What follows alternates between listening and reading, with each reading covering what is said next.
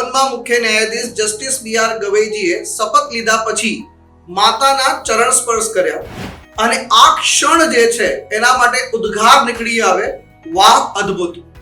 તો ભારતના રાષ્ટ્રપતિ દ્રૌપદી મુર્મુજીએ ભારતના 52માં મુખ્ય ન્યાયાધીશ જસ્ટિસ ભૂષણ રામકૃષ્ણ ગવઈજીને જે છે 52માં મુખ્ય ન્યાયાધીશના શપથ અપાવ્યા.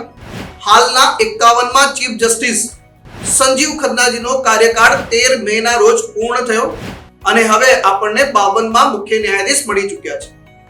જસ્ટિસ BR ગવઈજી જે છે ભારતના જે છે ચીફ જસ્ટિસના ઇતિહાસમાં પ્રથમ બૌદ્ધ અને સાથે સાથે શિડ્યુલ કાસ્ટ સમુદાયમાંથી આવનારા બીજા ચીફ જસ્ટિસ ઓફ ઇન્ડિયા બન્યા છે. આ પહેલા શિડ્યુલ કાસ્ટ સમુદાયના જે છે પ્રથમ ચીફ જસ્ટિસ ઓફ ઇન્ડિયા જે બન્યા હતા એ હતા જસ્ટિસ KG બાલકૃષ્ણનજી. એક પ્રશ્ન આપના માટે છે કે ભારતના સુપ્રીમ કોર્ટના મુખ્ય ન્યાયાધીશ બનનારા પ્રથમ મુખ્ય ન્યાયાધીશ કોણ હતા? નીચે કોમેન્ટ બોક્સમાં આપે જણાવવાનું છે. જય હિન્દ, જય ભારત.